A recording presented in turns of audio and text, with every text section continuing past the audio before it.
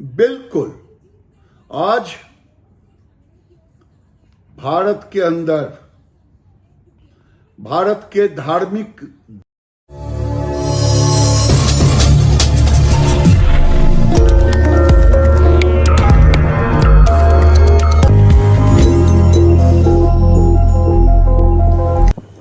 बेगूसराय के सांसद सह केंद्रीय मंत्री गिरिराज सिंह ने आंध्र प्रदेश के उप मुख्यमंत्री पवन कल्याण की बात का समर्थन करते हुए कहा कि सनातन धर्म की रक्षा के लिए एक विशेष कानून बननी चाहिए और अगर पवन कल्याण ने इसकी मांग की है तो यह बिल्कुल जायज है।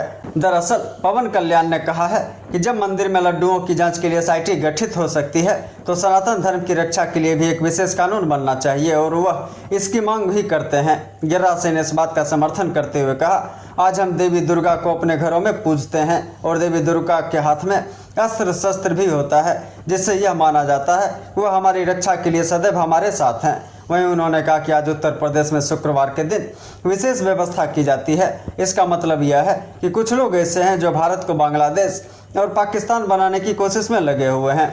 शुक्रवार है तो क्या हुआ, हमें हर काम छोड़ देना चाहिए, यह एक बड़ा सवाल है। उन्होंने कहा कि आज़ादी के वक्त ही पंडित नेहरू ने भारत के साथ छल किया। अगर उसी वक्त सारे मुसलमान पाकिस्तान चले जाते तो सनातन खतरे में नहीं होता।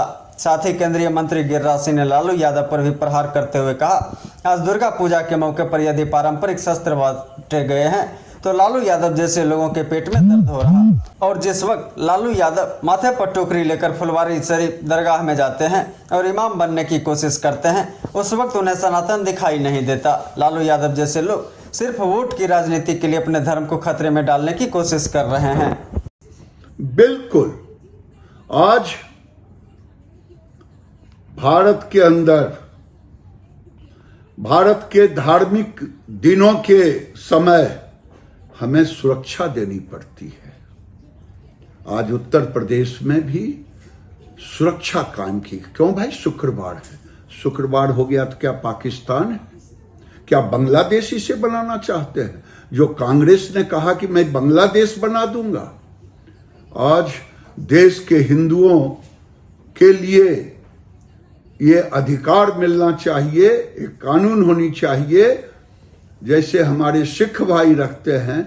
हमारे घरों में तो एक भी नहीं, हम माँ की पूजा भी करें और अस्त्र शस्त्र भी रखें, शास्त्र और अस्त्र दोनों रखें, कानून भी बन जाना, कानून भी। उसके लिए हमें आज दुर्भाग्य है, फिर मैं कहूंगा, पहले भी कह चुका हूं, भारत का जब टुकड़ा हुआ उस समय नेहरू ने भारत के हिंदुओं के साथ छल किया। अगर सारे मुसलमानों को विदेश भेज दिया गया होता, विदेश मतलब पाकिस्तान, तो आज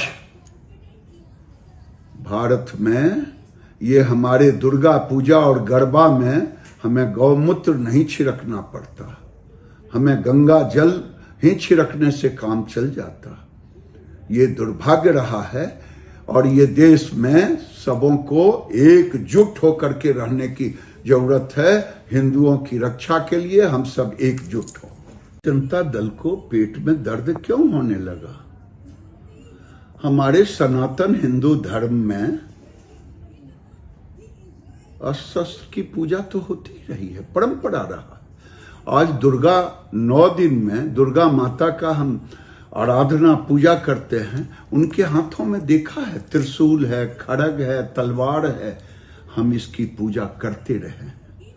और मैं पूछता हूं, मैं तो एक बात और बढ़ चढ़ के कहता हूं, सभी सनातनी हिंदुओं से मेरा आग्रह है कि आप दुर्गा की पूजा करें और अपने घर में उनके हाथ में कोई एक अस्त्र की पूजा करें और आप उसकी पूजा करेंगे अपने घर में रख करके, तो माँ दुर्गा आपकी रक्षा उस अस्त्र के माध्यम से करेंगे और उस धर्म की भी रक्षा होगी और आपकी भी रक्षा होगी समय आने पर। धर्मों रक्षित रक्षिता। लेकिन आरजेडी के लोगों में पेट में दर्द क्यों होने लगा?